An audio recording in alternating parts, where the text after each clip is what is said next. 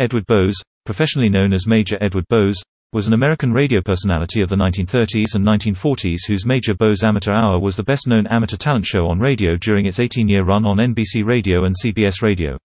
Early life and radio career. Bose's father died when he was 6 years old, and young Edward worked as he could to augment the family income. After leaving grammar school he worked as an office boy, and then went into the real estate business, until the cataclysmic 1906 San Francisco earthquake wiped out his fortune. He then moved to New York City in search of other opportunities, soon realizing that the theatrical world was lucrative, and he worked busily in New York as a musical conductor, composer, and arranger. He also produced Broadway shows such as Kindling in 1911-12 and The Bridal Path in 1913. He was married to Kindling star Margaret Illington from 1910 until her death in 1934. Her portrait by Adolfo Müller-Ury had been painted in 1906 for her first husband, theater manager Daniel Frohman. He became managing director of New York's Capitol Theater, which he ran with military efficiency. He insisted on being addressed as Major Bose, a nickname that sprang from his earlier military rank, though historians are divided on whether he was an active duty officer in World War I or held the rank as a member of the Officer Reserve Corps. Bose brought his best-known creation to New York radio station WHN in 1934. He had actually hosted scattered amateur nights on smaller stations while manager of the Capitol.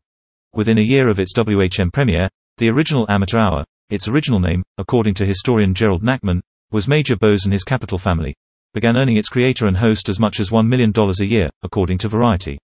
The rapid popularity of the original Amateur Hour made him better known than most of the talent he featured.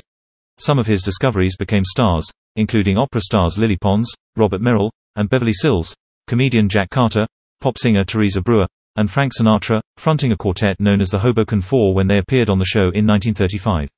The show consistently ranked among radio's top 10 programs throughout its run. Bose's familiar catchphrase, "Round and round she goes, and where she stops nobody knows," was spoken in the familiar avuncular tones for which he was renowned, whenever it was time to spin the Wheel of Fortune, the device by which some contestants were called to perform. In the early days of the show, whenever a performer was simply too terrible to continue, Bose would stop the act by striking a gong. Bose heard from thousands of listeners who objected to his terminating these acts prematurely, so he abandoned the gong in 1936. Nachman recorded that Bose, a businesslike fellow with a mirthless chuckle who, unlike most MCs, had a gift for nongab, went out of his way to make contestants feel at ease, often taking them to dinner before their appearances. Nachman credits Bose for featuring more black entertainers than many network shows of the time. Death and legacy. Major Bose died on the eve of his 72nd birthday at his home in the New Jersey suburb of Rumson, New Jersey. The following week, his talent coordinator Ted Mack took over hosting duties. 19 months after Bose's death, on January 18, 1948, the program, with Ted Mack as host, debuted on the Dumont television network. As a measure of the affection attached to Bose's name, the show continued to be called Major Bose Original Amateur Hour until the 1950-51 season, when it became simply Original Amateur Hour, and in 1955 became Ted Mack and the Original Amateur Hour. Mack continued to host the show throughout the remainder of its run, during which it ran on all four major networks, until 1970. The radio version, also with Mack, ran until 1952. Bose was referred to in Cab Calloway's "I Love to Singer" from the movie The Singing Kid, and in the Dorothy Fields lyrics for "Never Gonna Dance" from the Esther Rogers film Swingtime.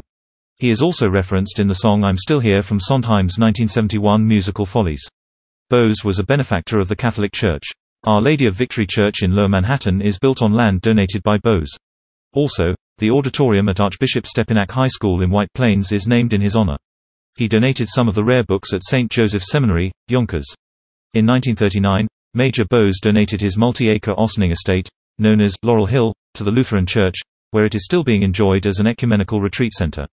Run by a board of Lutheran laypersons and clergy, it is known as Major Edward Bose Memorial Retreat, and operates year-round for students, church, and community groups in the greater New York metro area.